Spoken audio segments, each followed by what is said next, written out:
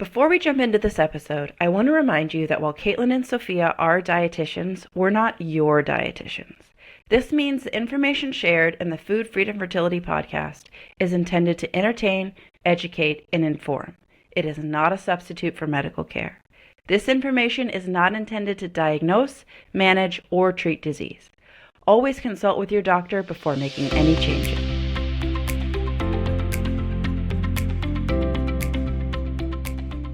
Welcome to Connection Corner. This is where we read the ratings and reviews that you have left us on your favorite podcast streaming platform. So if you haven't done it yet, go leave us a rating and review because maybe yours will be the next one we read. So this one comes from AEB1 titled Pull Up a Seat, Y'all. This show is like coffee time on the couch with your two best girlfriends. That's music to my ears, AEB1, because that's the exact vibe we're going for here.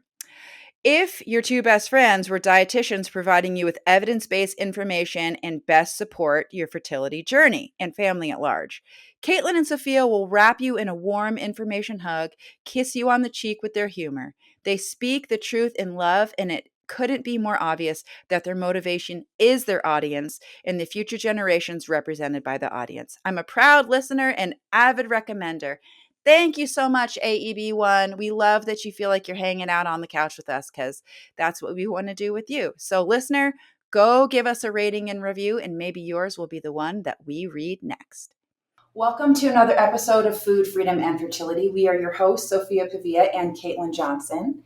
And you may notice this is a very different episode because we are together on a couch. We're physically together, which we're so happy about. We are in beautiful Beaver Creek, Colorado. And for those of you who are new and tuning in to the Food Freedom Fertility podcast, I'm Sophia Pavia, registered dietitian nutritionist who specializes in women's fertility health with a special emphasis in the 2-week wait, making enough progesterone so you can get pregnant, stay pregnant, and bring home that healthy baby. And I'm joined, of course, by Caitlin Johnson, none other, also registered dietitian nutritionist specializing in women's fertility with a special emphasis in polycystic ovarian syndrome.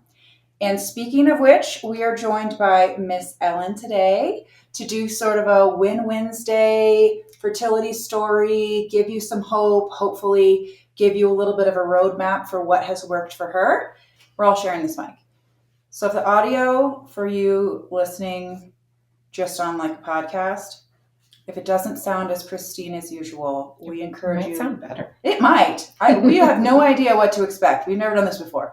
But if there are times when the audio is not so good, we encourage you, bear with us. The content will be worth the crackles and squeaks that you may hear while we're passing this mic back and forth. Yes. Okay, so I feel like I should give a little bit of a special intro for my friend here, Ellen, who was first a listener to the podcast, turned client, maybe turned email list subscriber, turned client, turned friend, turned mom, turned second-time client. So Ellen and I have really gotten to know one another, and we're all up here in Colorado because I invited her to join kind of our family vacation. And we thought, why not do an episode in person all together and just celebrate her journey and also kind of paint a picture, I think, of real life after having a kid and trying to get pregnant again. She's got a lot of insight and frankly is like probably expert enough in PCOS things that she could take this whole episode and just teach you something. So happy to have her here. She has a husband. Are we going to say names and things? Her husband, Michael, and she have been trying to conceive baby number 2. And so we're going to kind of like rewind it all the way back and maybe bring you as far up as present day. We'll see how long this takes. So welcome, Ellen. Thank you. Thank you for sharing. I know it's weird to come on and talk about yourself, but you can remember back to when you were first starting or when you were hitting some really hard stuck points, hearing someone else's highs and lows and not just like the shiny parts of it, but hearing like real people with actual struggles can and do grow their families. And so thank you for sharing with us. Absolutely. I'm excited to be here for so many reasons. Obviously, I've been listening to the podcast for the last 5 or so years, so I feel like it's OG. Basically. I'm like We released in 2020. And Coming this is full circle. 2025. So she had to have been there right from the beginning. Wow. Yeah. I definitely found you guys through your podcast first, and just got to know you guys through that. And I really loved both of you, but I knew because you were PCOS focused and I knew that I had PCOS, that would probably be the person that I should reach out to first. And I think I signed up for like some of your email like things first. And then you had an assistant way back then who like set up our first call. And I was like on your April list in 2021. And which came in, that was a unique time for me because we had just found out, one, that we were going to move to Kansas, sold our house, and two, a little bit surprisingly, that we were pregnant with our third baby.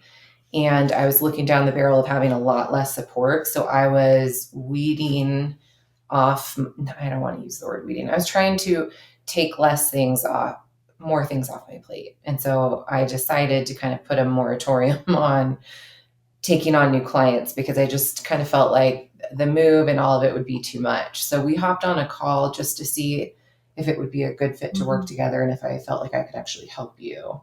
And I so vividly remember you like sitting on your bed and seeing the headboard behind you. You're so cute. Thanks. That was a time. I was living in a 1-bedroom apartment at that time with my husband, and it was a very small apartment, but we made it work. And he was working from home too, so it was also just like we were all in each other's business all the time, not just because we were newlyweds. So yeah, I found you, we connected, and we decided to do the one-on-one 6-month sessions instead of trying to do one of the group sessions at the time. I don't even remember if you were offering that. I don't think I was doing group, but I definitely was like trying to talk people into let's do 2 or 3 appointments. Yeah. And but Ellen, you were pretty adamant. You're like, I want to work with you. Here's why. I knew I had problems. I knew that I had PCOS. I was diagnosed at 18 because of facial hair, and my younger brother asked me why I was growing a beard. And so went to a dermatologist and was diagnosed. They were the ones who initially said, you might need to look into PCOS. And it was later confirmed with an ultrasound. I had the traditional pearl of cysts around my ovaries. String of pearls. Fancy girl here. How ornate. And I knew my cycles were not regular. I had never had regular cycles. My periods would come in the most random times. Sometimes months and months would go by without one, which was convenient as a high schooler. And even in college, I didn't really care as much. But I knew there was stuff wrong. And even through college, I was looking for answers.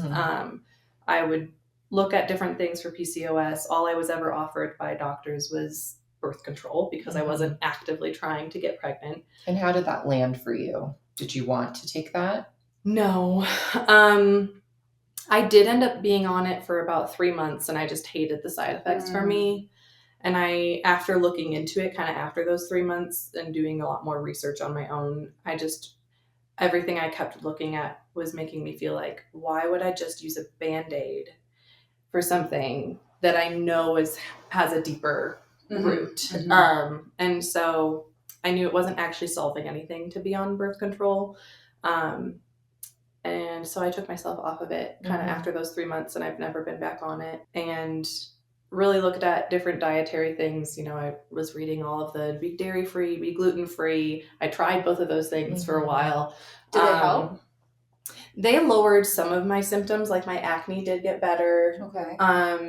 And I've been dairy-free in the past when I was younger too. So I may have a sensitivity to lactose, but I didn't see any help in the actual cycle regulation. Got it. So some of the symptoms were alleviated with going dairy-free or gluten-free at different times, but it wasn't still fixing the actual problem for me. And I love dairy and gluten way too much to like commit to that without it actually solving the Yeah, problem. I mean, like, what a joy that it didn't solve the problem, honestly. Yeah, I know. Then I could still eat God it. bless the broken road. Absolutely. So anyway, so when I came to you, I already knew we had an issue. We had been trying to conceive basically from wedding night. And I really kind of pushed that on us because I was like, we don't know how long it's going to take. We had kind of thought about waiting a year before we start trying. But I was kind of like, it could take us a year before we can try. Knowing that I wasn't having regular cycles. I did not, until I really met you and also was listening to the podcast, track my cycles. Okay. So I was not doing any ovulation tracking with temperature or cervical mucus or anything like that. It's like pointing a gun in a room in the dark and having no idea where the target is. Exactly. You have no vision. It was just like we were having sex all the time, which again, we were newlyweds, so it was great, but that gets to be a lot. It does, and especially with like having an irregular cycle and not tracking, you're guaranteed gonna be like walking down the beach in white shorts, and suddenly you're like, oh no, totally, like, absolutely, maybe has actually happened. Yes. Yeah, it was definitely not predictable at all. And then I was also then testing all the time. Because I was like, well, it's been a month. I don't have my period, so maybe I'm pregnant. And so then I would just get like my hopes up that I was pregnant for over and over and over again. I think about like, honestly, those first like 6 months in a row of like taking a test and being like, I don't know if I ovulated once during that time. Oh boy. So just like disappointing myself by and freaking yourself, like really gaslighting yourself a lot and making it to where you can't. Because in the cycle of trying to conceive, there are times when you know you're not pregnant. Like once your period comes and up until the next ovulation, you know you're not pregnant.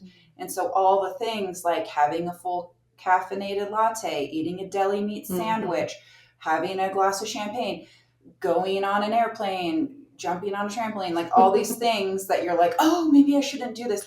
Like when you're trying to conceive and you don't know if you're pregnant or not, your life feels like a roulette game or something where you're like, I never know what's okay. But at least in those situations, there's some sort of reprieve from that at times, for better or for worse. In this situation, it's just like every time you pass a Jimmy John's, you're like, oh, or maybe not, or maybe yes, or like just your brain goes crazy. The stress and anxiety about it was just so much all the time.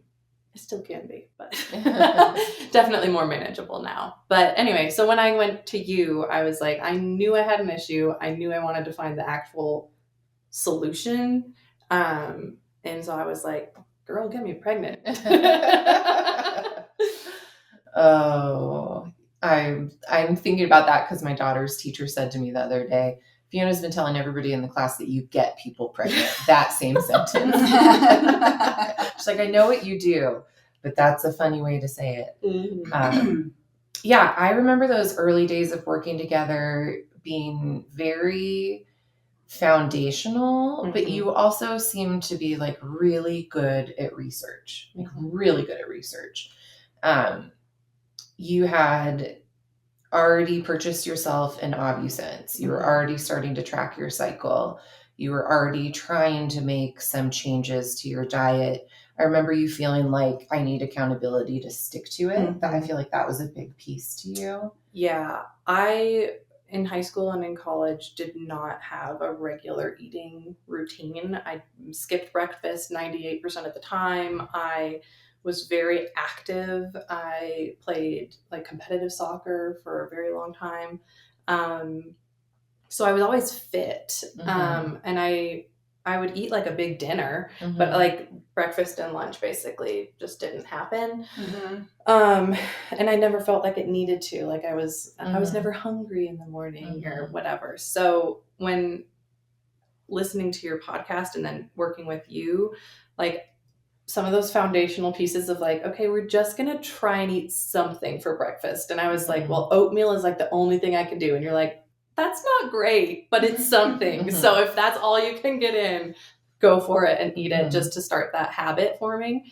And let's throw in some protein at it. Like, Yeah. let's throw in some fiber, some Yeah. seeds, Yes, some, yes. some antioxidant blueberries. Like, Yeah. It was definitely like learning how to have a consistent eating pattern. Yeah. Mm-hmm. I also remember you being very like open early on about I struggle with mental health. I have history of trauma and abuse. Is that fair and okay to talk about? Yep. And so, and we're I don't want to say early in your navigation of like, how do I treat these things? But it seemed to be a part of, as we worked cycle after cycle after cycle together, we could like clearly see how much stress impacted your cycle. Yeah. But so to pull a layer back, some of the first things we did were very foundational. Like, let's get breakfast in. Let's start with that. Let's get a few supplements going that you had maybe purchased some, but we kind of refined it a little bit. And I hand mixed some tea and sent you some tea. And man, that first cycle felt like we won the lottery. It really did. I remember getting that elevated temperature and being like, I ovulated for the first confirmed time in my life. I have ovulated, and just like, and it was like day 16 or day 14. It was like girl, such a good. That is beautiful. It was so great, and I was like, oh my word, we're doing it. And it was such a relief to finally have found a system, a way of life that was making the impact I was looking for the whole time. Dun, dun, dun. All right, let's take a pause here and hear from our sponsor, and then we can get into what happens next. Hey, Food Freedom and Fertility family. It's Sophia introducing Fertility Cloud. High treatment costs can be daunting, but here's some good news. 80% of Fertility Cloud patients have gotten pregnant for under $2,000 after just 5 months of treatment. Starting your family doesn't need to come with a huge price tag. Fertility Cloud virtual consultations mean you can talk to them from the comfort of your couch. They create personalized plans for men and women, whether it's ovarian stimulation with Clomid or Letrozole, Ovidrel trigger shots, guidance on male fertility, or even weight management support with medication. As a special for Food Freedom and Fertility listeners, get $50 off your initial medical doctor consultation.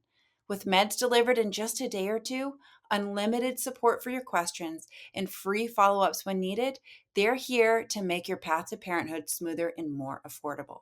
Ready to start? Visit myfertilitycloud.com and enter Food Freedom, one word, at checkout. So we had this miraculous first ovulation. It was great. It was very encouraging. I think like you ovulated and then like a week later moved out of this apartment into a house you guys bought. And you also had some travel planned. I think you were coming out to California. You're doing a number of There was a number things. of things. Yeah. So they were like, okay, how do we prep for how our new rhythm is going to kind of change? And we just kept looking at this next cycle being like, all right, this is the cycle. We're going to learn so much more. And the other thing about Ellen was she, in her research, had come across like really great providers that did some functional testing on you. You'd already had a Dutch test, right? She came in with some really great lab work, I remember. And I think we did something to kind of round out and get the full picture. But she also came in with what a lot of us would consider like a lean PCOS picture. And so, you know, we were surprised to see how much insulin resistance was actually there in her body, despite her ability her whole life to manage her weight and be kind of on what people would consider the smaller side. Honestly, when I started working with you, I think I was underweight. And I think I was most of my high school and college as well. When I look back at pictures, both my husband and I are like, whoa, that's not good. So, and I thankfully had never had any body image issues. That wasn't part of my mental health journey. Maybe because I was always thinner, I didn't have to worry about it as much.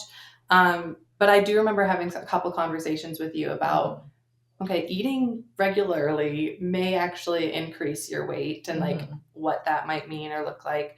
And it did. I definitely gained weight over the time working with you, but it was healthy weight. It was weight I should have already had. And it makes you kind of question, was that first cycle that sparked an improvement in the PCOS, or was that her body finally being like, oh, you're feeding me? And, you know, a little bit of like an amenorrheic picture brought on by underfueling for what your body needed. Yeah. And that is something, like you can have PCOS and hypothalamic amenorrhea. You can have thyroid issues and hypothalamic amenorrhea, and you treat one and it kickstarts something, but you still need to dig at the other root cause that might be going on. Can I ask a question? Yeah. So I can just imagine that some of the listeners right now heard that eating the way that Caitlin recommends caused weight gain, and their mind sort of froze and they're feeling freaked out about that. So what would you say to those gals right now who felt triggered and scared when they heard that you gained weight while working on your fertility? For me personally, it was important for me to gain that weight. I definitely, like I said, we've looked back at pictures. I was very underweight and it was not a good situation for my body. And having the safety of knowing it was going to get another meal again, I think was really important to like ovulating. I will also say, like, I'm not overweight. Like I gained weight, but it wasn't like I was gaining weight so quickly that I couldn't fit in any of my clothes. It wasn't like I was like gaining weight at an unhealthy pace. It was just like, no, you're putting on some healthy muscle. You're putting on some healthy fat, not like obese fat. And just really kind of giving yourself a layer of protection rather than it being like, we're overindulging in all of these things now. So the only reason I gained weight was because I was under eating previously. What's interesting is that, and I'm sure Sophia has stories like this too, a lot of times you teach a similar pattern of eating. Everybody's different. So like while we're teaching everybody blood sugar management and eat more fiber and lots of brightly colored fruits and vegetables, lots of greens, you know, the things that across the board will likely be healthy for just about anybody. You can give two people the exact same thing and someone gain weight and someone stay the same and someone else lose weight because your body is going to react to the inputs that are changing differently based upon what your body needs. And for Sophia, it was similar for you. You needed to put on some weight for fertility. For me, it was kind of the opposite. I didn't lose weight in the 3 years that we were trying to conceive, but I had lost 30 pounds prior to that I'm sure paved the way for my body to be cycling, even as infrequently as it was still cycling. And it wasn't when I weighed 190 pounds. So there's like a tipping point, I know, in my own PCOS and in my own weight where it does become a big piece of my insulin resistance, hormone feedback, and really standing in the way of ovulation. So if you do hear this and you're like, oh man, this is the last thing I want in the whole world is to be struggling with my weight and gain weight. Sometimes that is a symptom of you needing to gain more weight. Sometimes eating a little bit more and then gaining weight is a symptom of dieting so much. We've really slowed down and damaged your metabolism. And so honestly, working with somebody that can help you rehabilitate your metabolism and kind of direct you in this path before ever doing something to try and cut weight can be really helpful. But so that was a little bit of your story. What was it like? Because we did get some cycles after that where you ovulated naturally on your own. We timed sex well. As if I was in the room, I wasn't. There's an image. We timed sex well and you weren't getting pregnant. Yeah. And so can you walk us through like what that period of time felt like. And then maybe also like we worked together for a handful of months. What did that look like in terms of what you said? You weren't eating breakfast, you were eating bigger dinners. You guys were eating out a lot, I remember. So like what other things kind of changed in that period of time? Yeah, like you mentioned, we moved, so we had more space, which just made a whole lot of things easier just because my husband was working from home at the time and he had his own office space. And so I was able to be in the kitchen and cook things while he was working and not have it be a distraction or interrupting. Cooking food was really a big anxiety inducer for me. Something about the like figuring out what I was going to make and then actually making it was just gave me so much anxiety. So we worked a lot on like, what are some quick and easy meals that you can make that are going to get your nutrition goals met, but not overwhelm me so much. So we did like a lot of sheet pan meals. I remember it was like skillet meals, like one pan things. Yeah. Just super like 30 minutes or less kind of meals. And they were all great and they were delicious. And Michael loved it when I would cook. So we really limited going out. I think, we went from like 6 or 7 times a week, maybe even more if you also hit a lunch spot, to twice a week was our goal. And I think we accomplished that 90% of the time. So that was a big change for us. You also stopped nannying, right? I did. You were nannying? Yep. I was working when we started working together. I was nannying. And I had recently cut back from full-time to part-time so that I could spend more time on fertility. And then my husband is just an amazing provider, and I'm very blessed to have been able to then stop working altogether and just literally be a housewife and focus on getting pregnant. And it really felt to me like a full-time job because of the mental load of managing, am I going to get this protein in? Am I going to take my supplements? How am I going to move today? How am I going to lower my stress levels today? I started seeing an acupuncturist for the stress side of things. I think that was really helpful. I've also had a history of circulatory issues in like my lower extremities. So I think the acupuncture also helped target some of those things as well. And he was kind of a woo-woo-y acupuncturist, right? He was like muscle testing and had his own thoughts on supplements. I remember feeling like at some points it was like there were so many cooks in the kitchen. Like that probably brought a level of anxiety. Whether he was right or I was right or we were both right, it was like, who do I listen to? How do I incorporate these suggestions? Ultimately, I had to make a decision of like, who am I going to listen to? Because there are so many opinions. And I just really trusted you. And so I really, like, even still, if I have people who suggest a new supplement into the routine, I'm always like, check it by you first to be like, how will this affect the fertility side of things? Because that's not what every focus of every doctor is. Right. So they may suggest something and not always know every implication that it might have on fertility. So those were some big changes we made. I definitely increased like walking and I started yoga. I fell in love with yoga, really. I just loved it as a mental de-stressor, but then also as just like the physical fitness part of it too. So I really like built my life around what was going to get me pregnant the fastest. Which is interesting because certainly, I mean, it is a full-time job. Whether you have a full-time job and you're trying to get pregnant and you add on an infertility story, like now you have 2 full-time jobs. It really is.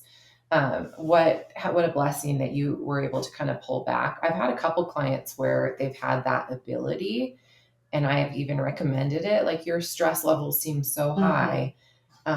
And I remember seeing like, okay, you were here and then your stress levels kind of came down here. And then it was kind of like a little bit of a up and down. We traveled a lot that year when my husband and I did for his work. And because we didn't have any children, I went with him and it was a blast and we loved it. But every time we traveled, we noticed a difference in my cycle. And it was like the travel stress literally changed the trajectory of my cycle. I would be like gearing up for an ovulation, and then we would go somewhere out of state, and it would immediately Like shut one down. cycle you'd ovulate on like day 20, we'd Mhm. see signs of cervical mucus and things. Mhm. The next cycle for that, you'd get on an airplane and it would just Totally dry up. Yeah, that I think was a very interesting piece, and also so frustrating because I loved being with my husband. Of course. I wanted to travel with him and go to these cool places and do these things, but we also deeply wanted a child. Mhm. And so to see those two things kind of coming in conflict, we really had to kind of discuss that. At the end of the year, we were still not pregnant. Mhm. Entering 2022, no pregnancy. I think we had about 6 confirmed ovulations, though, between March and December. And I don't remember a one where you were like, we didn't at least have a good Right. shot at Yeah. having sex within the window. Yeah.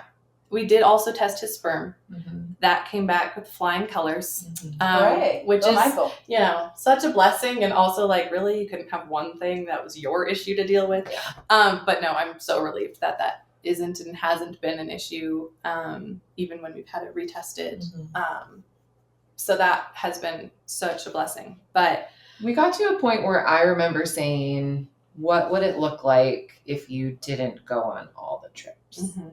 And I think there was like a emphatic, obvious trip that you went on. I won't share any details, but that had like additional personal stressors that afterwards, I remember you just kind of breaking down on a call and us having to kind of have a come to Jesus. Like, you know, this doesn't mean forever, but maybe your body is just extra sensitive to stress, which is kind of an interesting thing I find. And I don't know if you see this too, Soph, but in my more lean that is PCOS, you're taking the words out of my mouth. Yes. I've been sitting here in my mind, like, as soon as you said lean PCOS, I'm a little triggered by that. And I think probably a lot of us are like, right.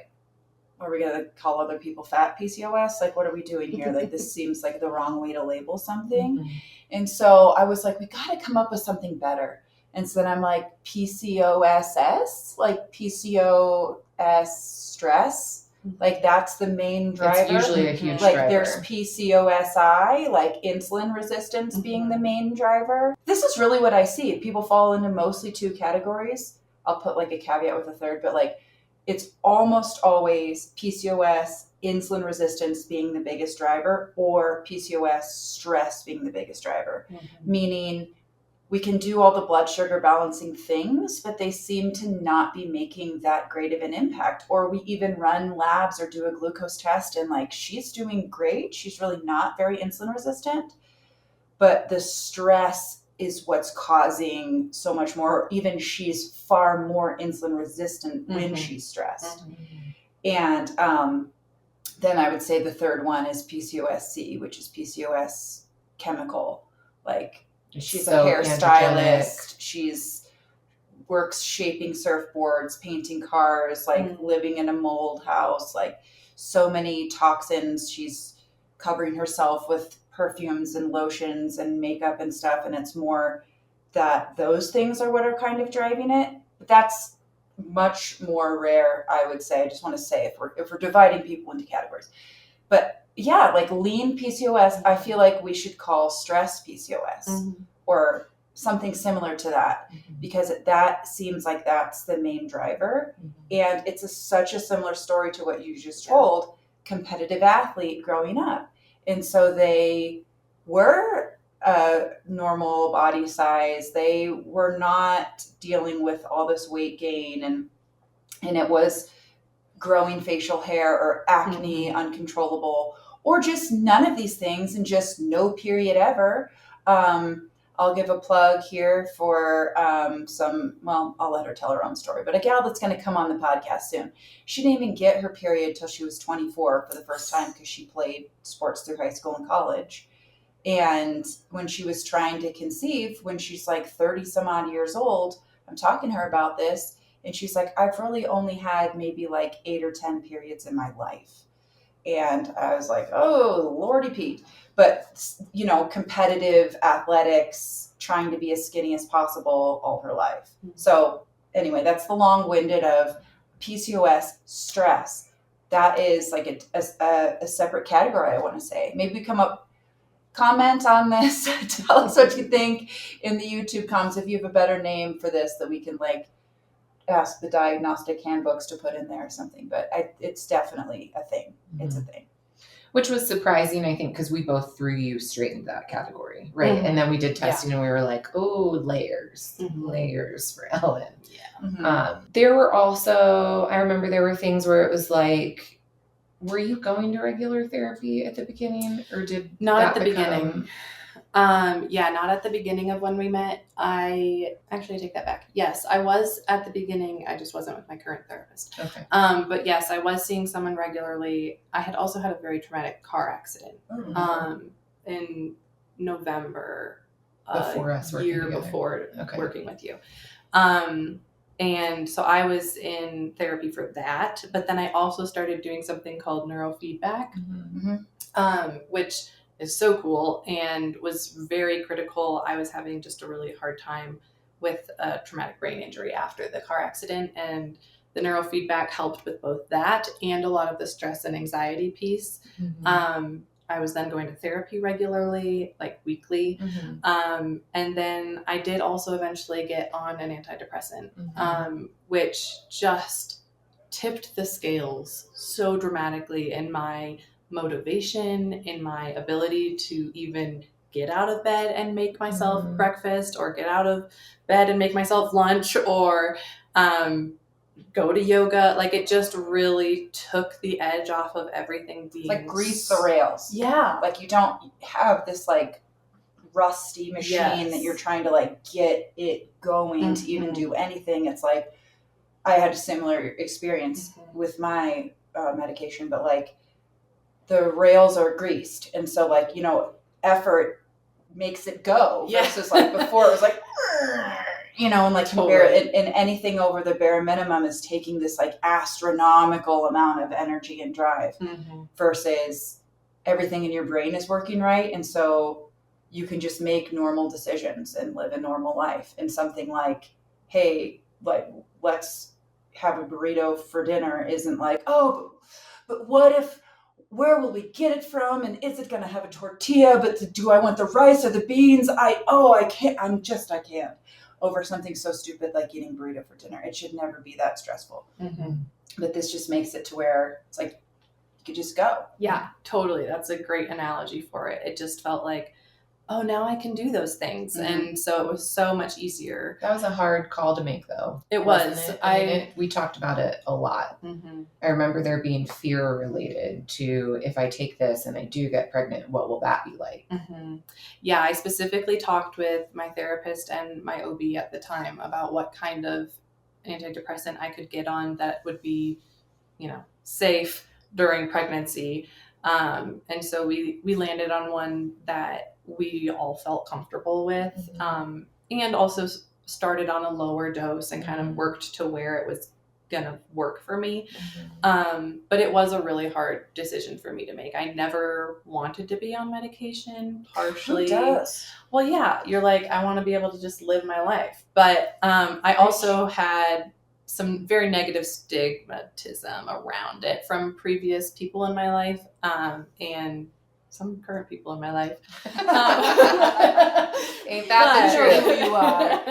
You're listening to this. Take a long, hard look. Yes. So it just was a very difficult decision to make. And I didn't want to be lifelong dependent on something. And I had heard the horror stories of people getting on stuff and then getting off of it and having horrible side effects. And there's just so many factors. I think you're really speaking to what a lot of our audience experiences surrounding going on any medication at all. Yeah. Like, what's my life going to be like if I think most of us are all right with like a temporary solution to a temporary problem. You have a sinus infection, you take the antibiotics. Like, very few people, I think, struggle with that kind of thing. But when we're talking about management of chronic illness, including long-term medication use, I think we all get afraid that, like, what's this going to do to me? Am I going to become so dependent on this that I can't live my life without it? So many of us, like, I don't even want to be the person who has to have the cup of coffee every day, or I'm going to have a blinding headache and be like a grouch. Like, I don't want to be holden onto anything. I want to be able to live God's purposes for my life without any chemical enhancements, I guess, or dependency addictions. And going on long term, whether it's for eczema or mental health or anything, I think you're being very relatable. Most people feel these things. Yeah. It was, a decision we didn't take lightly. My husband and I discussed it a lot. We discussed it a lot. And we ultimately decided it was the best move for me. And I'm so thankful that we did it because, like you said, it just made everything go forward. Yes. So it really was a lifesaver for me. And yeah, so all of those things, all those changes after that big heart to heart that we had about traveling, as we were entering 2022, Michael didn't have to travel as much at the beginning of the year, which made my decision to not travel with him much easier because he wasn't going anywhere. But we also had really decided we were gonna hold off on me traveling for a little while just to see if that could increase our odds. January, February, March came and went. No successful pregnancy. I think I had a couple ovulations in there though. And at that point we were really like, okay, we've been really significantly working on this for a year. And you had changed so many things. Yeah. You really had. You were now not just eating oatmeal, you were eating a high protein breakfast. Yes. We've gotten in a roll with like, maybe you had also kind of been a snacker. Like, I want to eat a meal, but I'll eat snack, huge dinner. And so we kind of just like shifted your circadian rhythm a little bit with how you were eating now. I wasn't sleeping well either. That was the other big thing. I didn't sleep well at all when we first started talking. Typical of people who eat large evening meals and starve throughout the day. Your body finally gets energy at night. Meanwhile, it's physically exhausted from the day. And so you have this juxtaposition of your metabolism rising and your mental state declining. It's really a mismatch, but it's very common. And I see this all the time in people who are, trying to do better with nutrition, as they do not enough food all day long. And then at night, their willpower and everything has diminished so much that they eat too much and then have the same problem. Can't fall asleep. So my sleep improved a lot over the year of just the nutrition and the exercise and just lifestyle. And then I think I was taking melatonin every now and then as well. So, so we did that for also antioxidant. Yes. It can help improve ovulation in PCOS and women with PCOS, there's research that shows there's less melatonin in the follicular fluid in the ovary in a PCOS woman. And so it was like, we very intentionally tried that because especially if you can get I like to think of Venn diagrams. If you can get that overlap of it'll help this area, but it will also help this area. It's really nice to try and kill two birds with one stone. Yeah, it's great for endometriosis as well. I mean, I probably recommend and use a super high dose compared to what you might have been doing. Do you remember the dose that you were taking? 10 milligrams. Yeah, 20 is what I give to most ladies and use myself. And 10 is also pretty steep, honestly. That's not nothing. Around 3 is what you should take if you're just trying to take it for sleep. But yeah, therapeutically, much more. I honestly am not taking that right now. I should get back on that. Let's talk about it. Okay. Anyway, at that point, we were like, it might be time, again, another big conversation. Are we ready to bring in any fertility medications that are out there in the world? Did you bring that up or did I bring that up? I don't remember. Do you remember? I brought it up. Yeah. Which I think would surprise people that we were months and months deep into this. And honestly, there comes a point where you're doing everything, we're seeing you ovulate, it's not happening, or you are ovulating. And this was Ellen's case. She was ovulating, but sometimes because of travel and stress or whatever, it was happening like day 35. And so my point in bringing it up was first to desensitize you to the scariness of what if it takes some medication to ovulate more robustly or more often. And what if that one medicine means you get to have a baby and and maybe you have it 6 months or a year sooner than you would have otherwise had the baby. Because these medicines aren't evil. Right. They're just tools. They're tools. And what I saw from my perspective was this just repeated heartbreak and this evolution of I'm trying so hard. I think all of our clients want us to have a crystal ball of like, have I done enough now that now it's just a matter of time? And we can't necessarily say that. But there came a point where I was like, I just felt it. I felt like Ellen's ready for this next thing. I think she needs a little encouragement that she could ovulate a little sooner, and that would kick this, at least give us, maybe we could have 3 cycles in 90 days versus 3 cycles in 120 days. And it took, I think, a few appointments to talk about it, and you reflect and talk about it, and you go to Michael and talk about it, and go to the OB. I don't know if I can say this on here, but one of the reasons it took so long to actually get the meds is because my OB wouldn't give it to me because I wasn't going to get the vaccine. And so she didn't want to give them to me. You can say it on here. People who don't get that shot should not be having children. Oh my goodness. So that was part of also why we went back and forth. Sophia's being so... I'm being very... tongue-in-cheek. In fact, us healthcare providers really should be deciding who shouldn't and shouldn't have children. Yeah. So that was also part of why it then did take a while. Yeah, definitely them. They're really good at managing. So it did take a little extra longer to get it because of that. And I had to really push back on that. That is infuriating. I am so sorry. Yeah. It was not, my husband was very frustrated. I think actually we ended up getting the meds from a different OB because she was being very stubborn about it. I think I remember saying to you, if this is how the OB is going to treat you when you're trying to conceive, is this the type of care provider you want helping you make decisions in pregnancy and labor? Yeah. Yikes. Yeah, and it's tough. I mean, listeners, I sympathize with you. I really do. Because you're like, well, who the hell am I supposed to go for help then? Because I live in Steamboat Springs and there's 2 doctors here. And so this is my life. What are we doing? And I had to wait 9 weeks before I could even see one of them. Yeah. So, it's the struggle is real. And, plug for Fertility Cloud. I was just going to say, this sounds like a great time to take a break and hear from one of our sponsors. Fertility Cloud. No, we already heard from our sponsor, Fertility Cloud, at this point, I think. Well, here's Fullwell then. Yeah. Here's our another sponsor. Hey friends, we're taking a break from this episode so I can share with you a little more about one of our sponsors, Fullwell. Fullwell's a reproductive health company offering superior nutritional supplements that are made without compromise to support women and men throughout their reproductive journey. I have taken Fullwell's prenatals, their fish oil, and have literally tried every product they've released, and I stand behind this recommendation with my whole heart.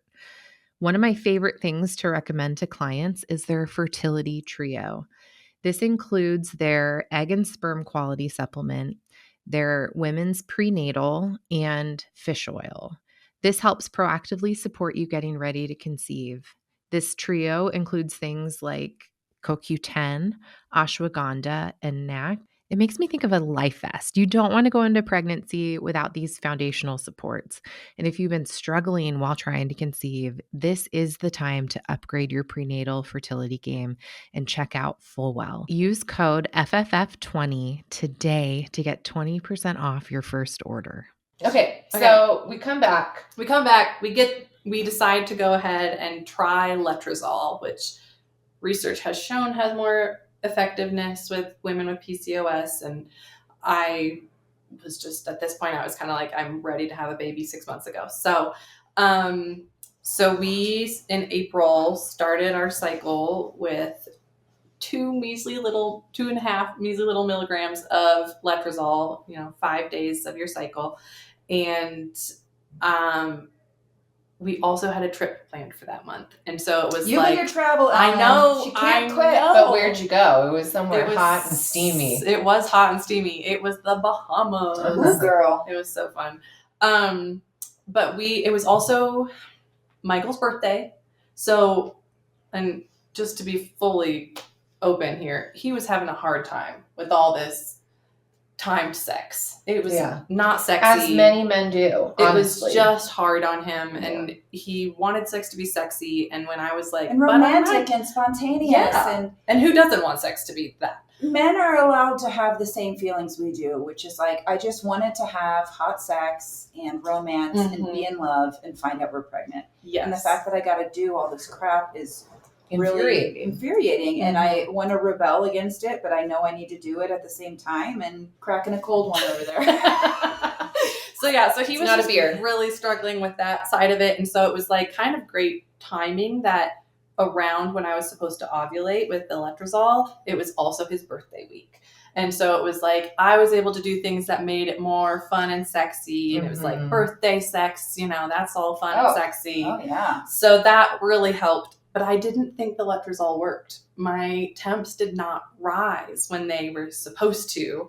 And we left for our trip to the Bahamas, and I was just kind of really feeling down that like it didn't work. Yeah. And really not sure what the next couple of weeks would look like, but I ended up getting super, super sunburned the first day that we were in the Bahamas. No, that's the worst. And my temps rose. And I was like, surely this is just because of the sunburn. Surely this isn't actually an ovulation. And they kind of... It is, and don't call me Shirley. And don't call me Shirley. That's a joke from my mom right there. She loves that one. That one's for you, Patty Mama. So we just kind of lived our life in the Bahamas. We were there for a whole week, and I just lived it up in the casino and on the beach, and I was burnt red, but I was still enjoying myself. And we got back from the Bahamas, and it was like the first week of May. I was doing a lot of wedding planning with a dear friend of mine, and just totally not even thinking about maybe I'm pregnant. And I remember Mother's Day was coming, and it was May 8th that year.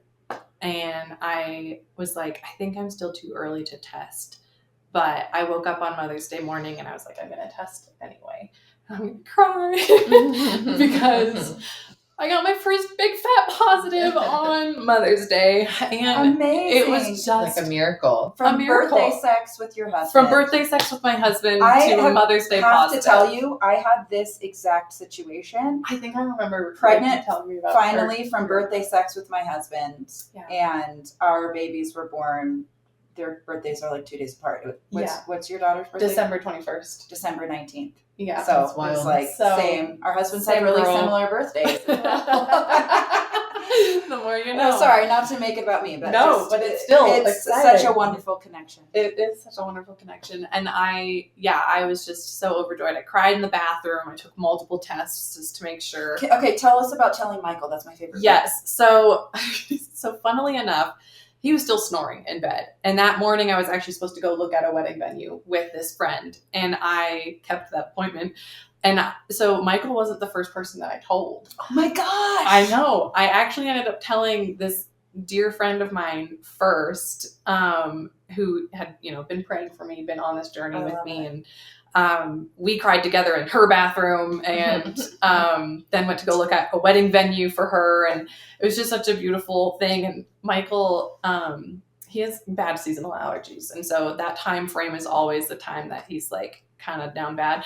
But I got home like around noon, and he was still in bed. And I was like, okay. I had gone by the store and grabbed like a little set of baby socks that were pink and then some blue, and I like put them in this little basket, and I put the pregnancy test in the basket and like set it up on the counter, and I like put the phone up. I have it recorded, and I was like, I'm gonna record him doing this. I also recorded myself taking the pregnancy test too, so I have that as well. But so I was like trying to get him to come out of the room, and I was like, make sure you also have clothes on. He's just hanging dong in this video. He did put clothes on, but I was just like ball sacks all together. I mean, that's where the babies come from. But it is. So he walks out and he gives me a hug first. He doesn't even look at like what's on the counter, and I'm just like, hey, this is for you. And so he looks at it and he goes, no way. what the fuck? And we just cried together and hugged each other, and we were so excited. And he was like, for real, this is real. And yeah, it was just the best. And because it was Mother's Day, I was then able to tell his whole side of the family later that day. We were like, we're not going to wait. Full send. We're not going to wait to tell everybody. Like, this has been, they all knew we were working towards that. And so that evening we were able to surprise his mom with a "you're going to be a grandmother" gift, because she hadn't been a grandmother yet. So it was very, very sweet and just the best moment of my life until she was born, to be honest. Yeah. And what was pregnancy like? Pregnancy was super, super manageable. I didn't get super morning sick at the beginning. I was just mostly so tired. Yeah. I think I slept my entire first trimester. Food was so much easier because of the work I had been putting in earlier. I think that's part of why my morning sickness wasn't as bad, was because when I was eating, I was going towards things like bone broth and a little bit of egg or a little bit of meat or steak, like if that's all I could get down, instead of going to like a bowl of cereal or crackers, cookies, muffins, tortillas. Yeah. So I really prioritized still that protein first approach while I was pregnant. Did you get gestational diabetes? I did. All of pregnancy was so great until about 28 weeks. And then around the times when we moved to our current house, and what we know now that we didn't know then was that there were very toxic levels of mold in that house. Oh, no. And PCOS, everybody. Yeah, that's right. She's got them all. I got them all for real. A flight. A flight of PCOS right here coming at you hot. Yeah, so we moved into that right around 28 weeks, and I just started having the worst symptoms. I found out I had gestational diabetes. Was, finger pricking every day, trying to manage all of that, and then was just miserable in my body. I was swelling a lot. I had the worst restless leg syndrome. The worst. I could not sleep, and I would be awake, and then I'd get so anxious because I couldn't stop my legs from itching and all the things. So the last 6 weeks of pregnancy were really, really hard. And we had planned home birth, actually, the whole time. And we had my 36-week appointment at the house. Like, my midwives came over, the doula came, gave us, here's where we're going to set up the tub. And I had some, contractions the day before that they were a little concerned about. And so they were like, do you want us to just check you and just make sure that you're good? And I was like, sure, you can check. And they're like, you're 75% effaced and 2 centimeters dilated at 36 weeks. And I was measuring 41 weeks because I had so much extra amniotic fluid. So they were like, we may have to induce you at 37 weeks if this is going to continue. And so they had to go and actually consult with their physician. To see what best practice would be for them. They weren't allowed to deliver before 37 weeks in the home. So if I went into labor before then, they couldn't deliver at the home and we would have to transfer to a hospital. But they did come back and they were like, 37 weeks we'll have to induce you if you have not gone into labor naturally. That night, Michael and I had a dinner planned. So we went out to dinner and we were like, we could have a baby this week. We could this is kind of crazy. We had the best dinner ever at one of our favorite restaurants, and we went home, and that morning, 4:45 in the morning, I wake up to gushes of water. This was no trickle in your panties. This was no mistaking gallons of water coming out of me. And I like run to the bathroom and I'm like, Michael, I think my water broke. And he's like, yeah, no shit. He's like, there's water everywhere. Thankfully, we had a mattress protector on our bed.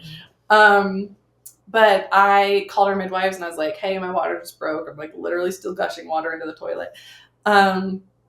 So she told us to go to the hospital that we had previously discussed, and they have a midwife team. And so I was able to be in like their midwife wing. which nice. was really, really nice. They were such a great labor and delivery nurse, and just the whole labor and delivery experience for having gone from a planned home birth to a Hospital. we're going to a hospital because this baby's coming now. I couldn't have asked for a better labor and delivery, which was just so helpful. I remember the labor and delivery nurse, her name was Sarah. Shout out Sarah. And she was like, so what is your birth plan? And I was like, a home birth. And she was like, great, you're having a home birth. You're just in a hotel. And that's such a sweet way to frame it. It was so nice. And they didn't try to push anything on me. They did keep coming in and talking about maybe needing to use Pitocin if my labor wasn't progressing fast enough. Mm-hmm. But I was progressing. They were telling me this while I was like, I'm not talking to you during contractions, kind of progressing. So and that came in probably even more dilated than you were. Oh yeah. Before. By the time the midwife was able to come in and check me, which was probably an hour after I had actually been admitted, I was at 4 centimeters. So double in just that time. Okay. Mm-hmm. But after that, I was able to be on a birthing ball. I was able to get in the shower. I mostly labored on my hands and knees. It was just the most comfortable position for me. Mm-hmm. And then on the birthing ball with leaning on Michael. When I walked to the shower, thought it was going to be so relieving, but the walk was when transition started. And so I was freaking out as I was walking, and I was like, this is trauma. I was like, this is really intense all of a sudden. I don't want to be standing anymore. But it's tough when you realize there's no way out but through. And the only way for it to end is to get harder and harder and harder until it's done. You have to the mountain only gets steeper till you get to the top. Meanwhile, it's sinking into the ocean, so you can't stay where you are and you can't go back. You just have to keep going to the summit. Just keep going up. But I was able to deliver her, no tears or anything. I was amazing. And she was tiny. Did you know she was going to be a girl, or was it? We did know she was a girl. Okay. Yeah, we did. I couldn't wait. I was like, I need to know what this is. I waited long. Fucking enough. I was we found out early. We did blood tests early to find out what we were having. But yes, we did know she was going to be a girl, and she was just the perfect little bundle. So did you catch her? Did Michael catch her? I did not catch her. Michael he's not that kind of man. Oh. He was fine to be in the room, and he did not pass out, and he was very supportive the entire time. He did cut the cord. I was really proud of him for deciding to actually do that. Not a medical guy. Not a medical guy. Okay. But so no, actually it was the midwife on call that caught her. Did your midwives come? Yes. Yep. The midwife the home birth people. Mm-hmm. Okay. She came, and so did my doula. I shout out Whitney. My doula was amazing. I would not have been able to do it without drugs, without Whitney. She was so crucial in the helping process. Mm-hmm. Love it. Just as a first time laborer. Yeah, you have no idea. Yeah, I don't know what you're doing. That, but as someone who needs a lot of support in labor, I'm the person who needs to be pulling this while someone's compressing my hips and another person's pushing on my back. Mm-hmm. I need all of this to make it through a contraction. Yeah. And so I just, whether or not they need to be medical experts or something, I just physically need people to help me through the labor. Mm-hmm. My body just has to have that. Yeah. So really also such a special and totally God thing. My mom lived 12 hours away from me at the time, but really wanted to be present for Eliana's birth. And we really weren't sure if she was going to be able to make it based on the fact that it happened so early. She happened to be in St. Louis at the time, which meant that she was only 6 hours away. And so when I went into labor at 4:45 in the morning, I immediately called her, and she answered at 4:45 in the morning. Mm-hmm. And I was like, my water just broke. This is happening today. And she booked it from St. Louis to us and got there in time for all of the pushing, all of that part of the birth. Beautiful timing and how wonderful. It would have never happened otherwise. So I was so thankful that she was able to have that experience too. What a gift you gave her. I know. She's a great grandmother. She's a great mom too. But yeah, I had a lot of people in the room because Michael's mom was also in the room. You're really close with her, right? I am. Yeah. She lives near you in Nashville area. Yeah.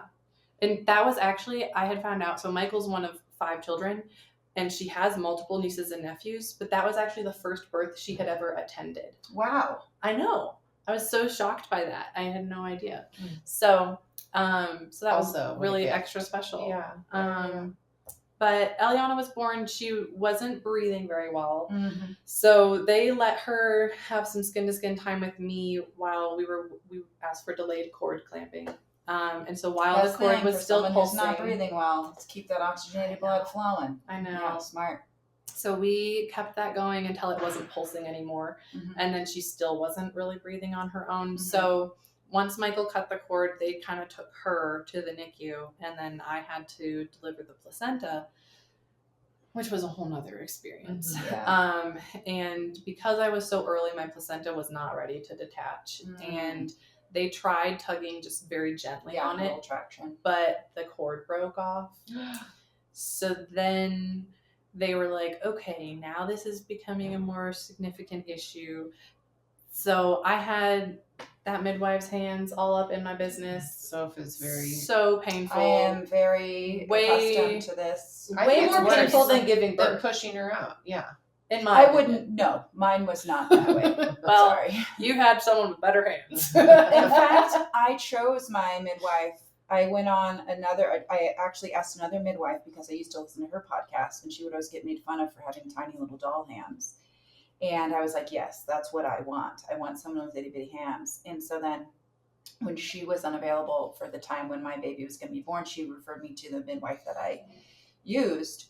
But I asked, who do you know who has tiny doll hands like you? And she was like, that's got to be Nicole. And she does have tiny doll hands. I will be asking for that next time. It was the best because Nicole had the tiny doll hands, but the other gals, Lindsay and Emma, are more robust. They are not as they're great for squeezing, pushing, pulling, hugging, all the things. They're more like, what a great team. Yeah. And then she's this like dainty little bird that like flies in and does the stitches with her little hummingbird beak and her teeny little feetsies. She's just very petite. And so it was, having her hand, I was whatever. Why are we talking about me again? But it was, I was just so like, what the hell just happened to me? Yes. I don't even know that I knew what the hell was going on. I was fully aware because they made me fully aware. I was also on my back at this point. And I didn't labor that way the whole time. And so I wasn't feeling any contractions to like push the placenta out. She was trying to get up in there. Did they give you Pitocin? They didn't. And this is still something to this day that I'm like, why didn't they give me Pitocin? I don't know if it's because the cord had broken off and they were worried about gushing. I don't know, but I'm still very curious about that. So they didn't do that. They were about to give me, they were about to give me pain meds, like anesthesia, and put me under to go D&C my placenta. But the midwife that I had hired originally, she was like, can we just take a breath for a minute and just pray? And I'm so thankful for her for thinking of that in that moment and just being like, let's bring this to God. And so she prayed over me and the baby and the placenta. And as soon as she finished praying, the man walked in with like ready to give me anesthesia, and my placenta released. Wow. And it just was like flopped on out all in its fullness and everything. And I did not have to go under, which meant I could go see my baby. That's amazing. So Michael during that time was with Eliana, which I'm totally fine with because he would not have handled it very well. Yeah. It was a lot. My mom was with me. My mom was with me and his mom was with him. And I still had my doula and my midwife. So like it was, I was supported. And I honestly wanted him to be with my baby. You do. Like, my baby's not with me, so I want someone to be with her. That. She needs that. Yeah. I would say that all day long. Like, me too. Stay with the baby. Yeah. So that was just a lot at the end of the birth, but like labor and delivery was my Most favorite experience of my life. I absolutely love labor and delivery. I Hear know that, that's people. not yours, Sophia. Hear that, people. But I legitimately cannot wait to give birth again. Yeah. We are going to take a break from this episode and chat a little bit about one of our sponsors. Truth be told, when we were contacted by Fond to see if they could sponsor our Food Freedom Fertility podcast, it kind of was like one of those dream come true sponsorships. Let me explain why. There are very few foundational foods that cover broad nutrient needs for fertility, gut health, and baby's brain development like Fond is. And not only do they create these foundational foods, they kind of exceed in every category that I can think of what we want to put into our bodies. They're the only verified regenerative through land to market bone broth, tallow, and lard on the market. Unparalleled animal sourcing, all pasture raised, or 100% grass fed and finished cattle.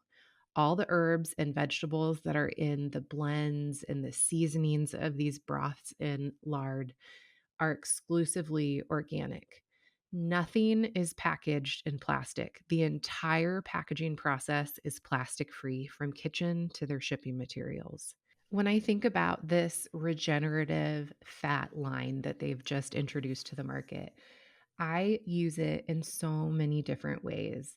I've used their pork lard that's flavored with cinnamon and vanilla when I've been sauteing apples to put in my children's oatmeal. I've used their regenerative beef tallow that's flavored with chili and garlic as I've sauteed meat that's going to go into a slow cooked pho style dish.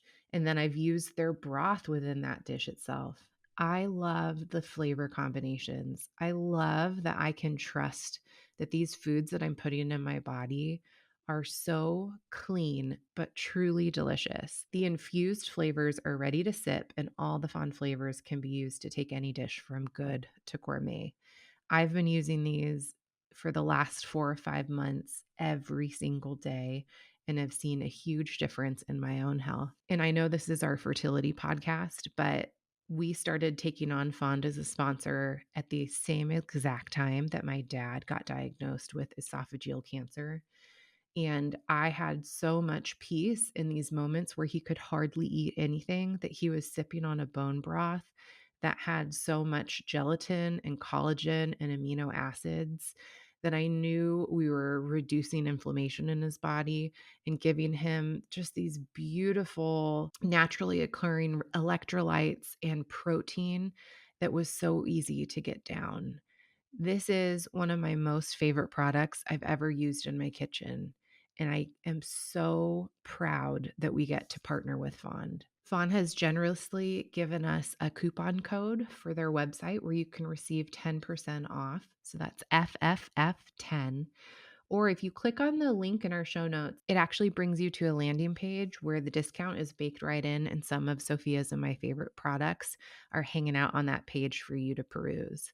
Please give this brand a try. Please support them. If you haven't listened to our episode, you are just gonna scream at how incredible this brand is and what they've come through, supporting a woman-founded business that has your health and our planet's best interest at heart. It's something that I can't be more proud that we get to partner with, and they sponsor you getting this free fertility information straight to your phone every single week. Now back to our episode. But I've always loved birth. Like, I wanted to be a midwife when I was younger. Me too. I just shocked by how hard it was. I think I'm a weenie, guys. I think that's what this comes down to. It's also really hard. Like, I'm not going to is. pretend that it It wasn't is. hard. It was so hard. Can't But I just have an easy life? Come on. I just felt like such a badass. You are. You are. You are. Like, it was so cool. Anyway, she's alive and healthy and the Oh my most God. little. How long of a journey did she have in the She hospital? was there for 6 days. Oh, She was that's not- supposed to get out after 3, but that night we were going to do like an overnight in the hospital, and she ended up having a blue spell. Oh, yeah, no good. So scary. My mom was with me at the time, and she like hit the code blue button. Like, I was trying to stimulate her so that she would wake up, and so scary. So then they had to take her back to the NICU and just make sure that there wasn't anything else going on.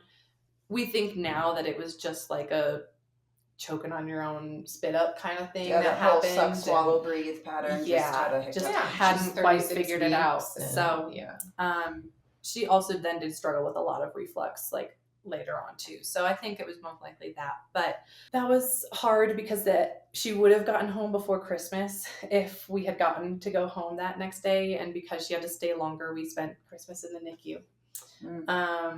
My mom was able to stay, such a blessing, for 2 weeks. So she stayed the whole time for the NICU and then a whole week at home too. And then his family, obviously being from the area, they were around and they came over for Christmas Day. Eliana was still in the NICU, so they couldn't like all go in and see her. Mm-hmm. But because she was doing well enough, they took monitors and put them on her and carried her out to like where they could look at her through a window. Mm-hmm. So like they were able to see her through a window. How big was she?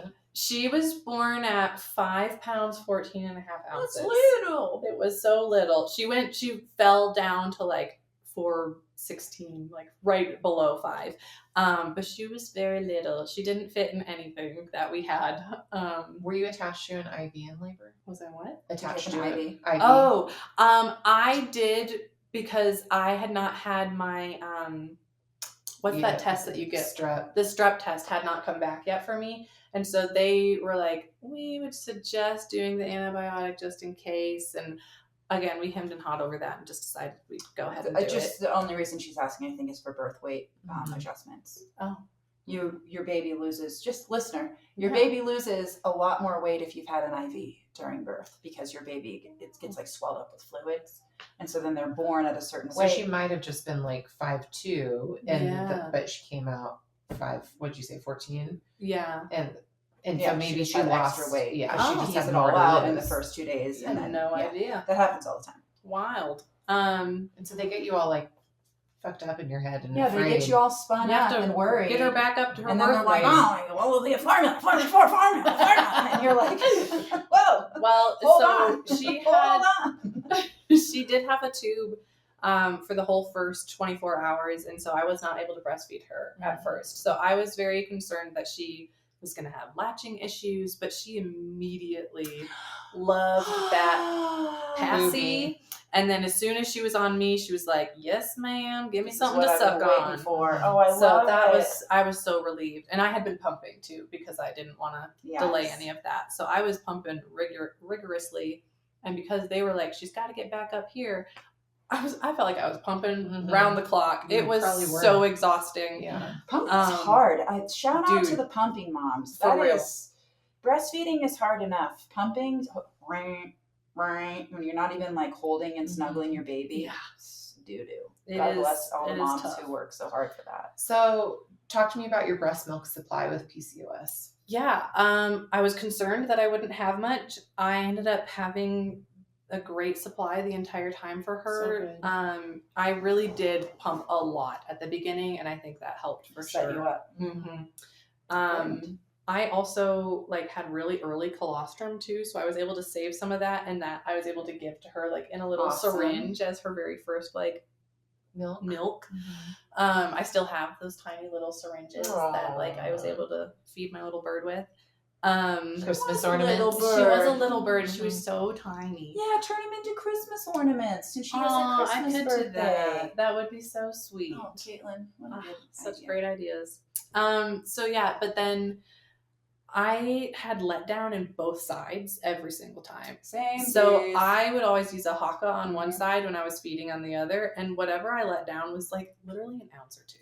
Every single time. That's amazing. So I just kept storing that every single time, and I never ran out. I actually was able to give someone else my breast milk at the end because they weren't producing as much. And what a gift. Yeah. So I was like, great, you can take it because she's done with it. But she did so great breastfeeding. She grew so good. She's so chunky. She's a little cherub. She is a little meatball. She's 2 now, almost 2.5, and she tells everybody. When she ran up to me at the airport when I came to get you, and I got that hug and lifted her up, I was like, this little thing. I've been watching you on Zoom for months, and I just want to sink my teeth into you. She's so cute. She said she's a really happy kid. She really is. She's very happy. She's just delighting in life. And I was with her at the playground all morning today, and just from one thing to the next, just enjoying everything that there was to enjoy. Just not a complaint. Very, very sweet and fun. Just a gem of a little girl, truly. She's pretty perfect. She's the first grandchild on both sides, so she's very well loved. I'm like, someone else needs to have a kid here, so she's not the only thing in the world. Toys in flux all the time. Well, toys. Talk about toys. Talk about toys. There's toys. Toy influx because of your father-in-law, right? Yeah. Oh, super random. My father-in-law is a toy maker. Oh, well, that's cool. So yeah. So lots of toys. She's like early adopter tester. She's got lots toys. of toys to test out all the time. Oh, how fun though.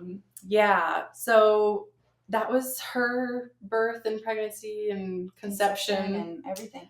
Well, thank you for sharing that. We welcome. probably should start wrapping it here. We're sort of coming up on time.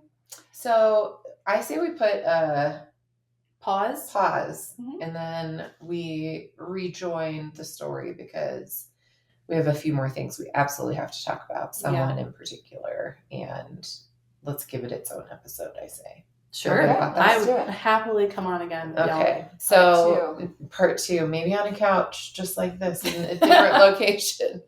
Coming to you. Live from the living room.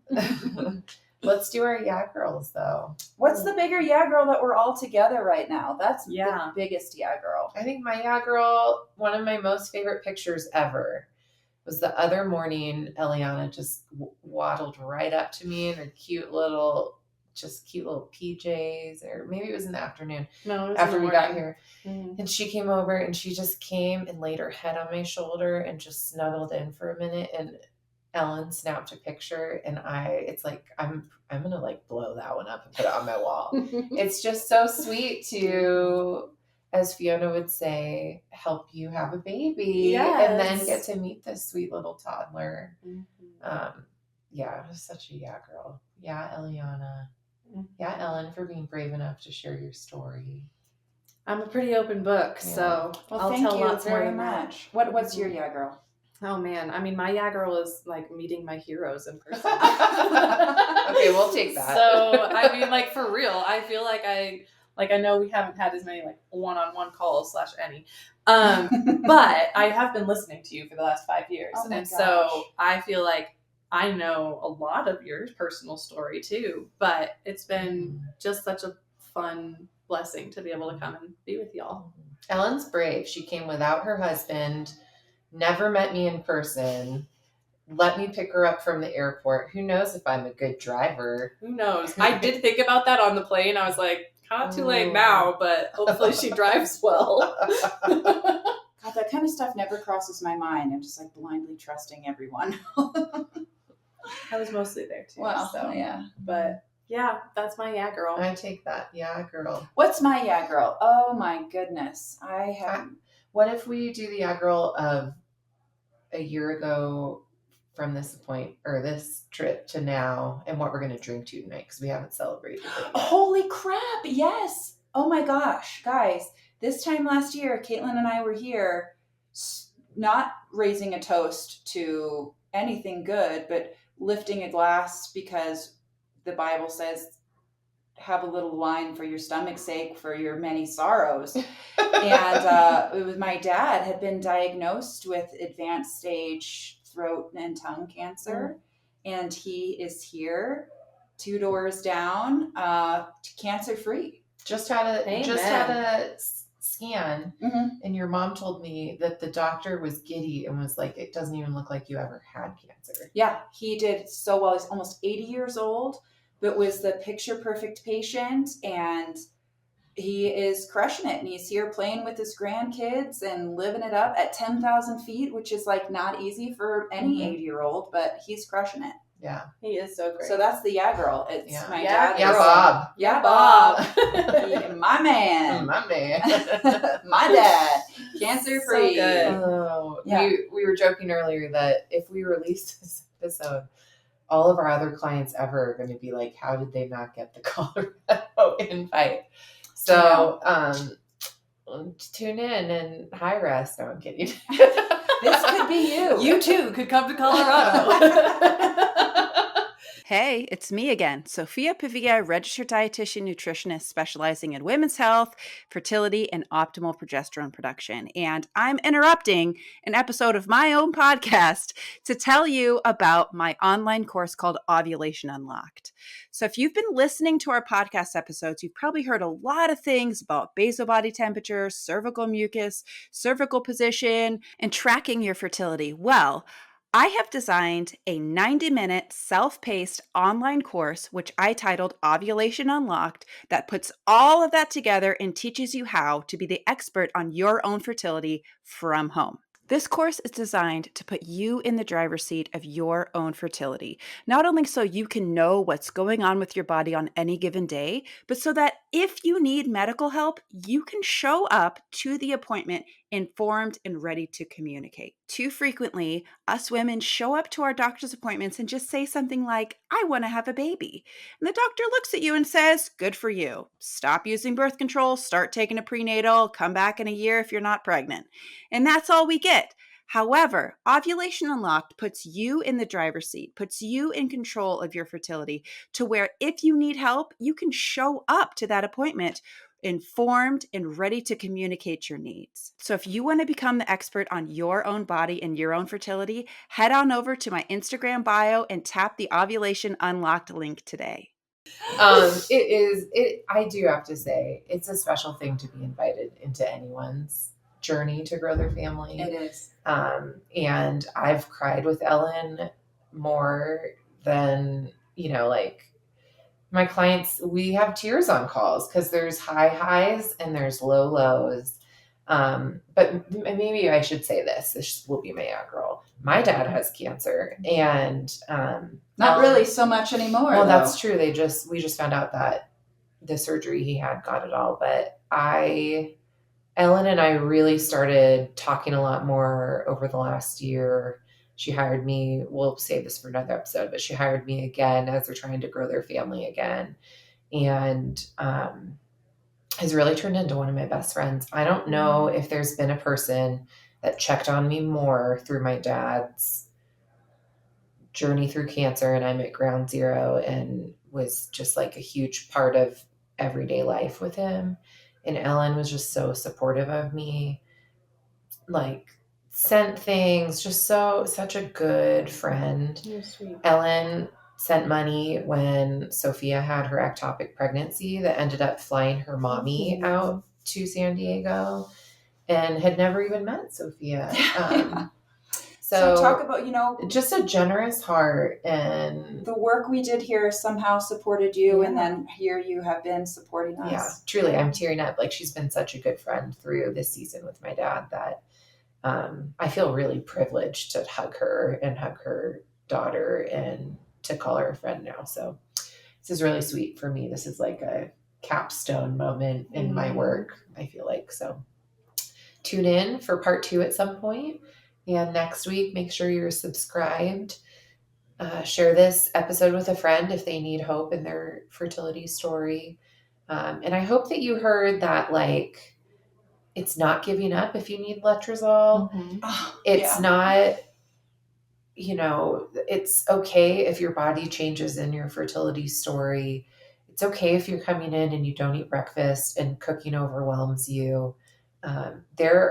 We can help design supports for you and interventions no matter where you are starting in this journey or where we join you. A lot of times Sophia and I get hired as the Hail Mary after IVF, and everything else has been exhausted, and we're just humbled by this work. I think I can speak for us both. So Truly. Thanks for being here, and come back for another episode.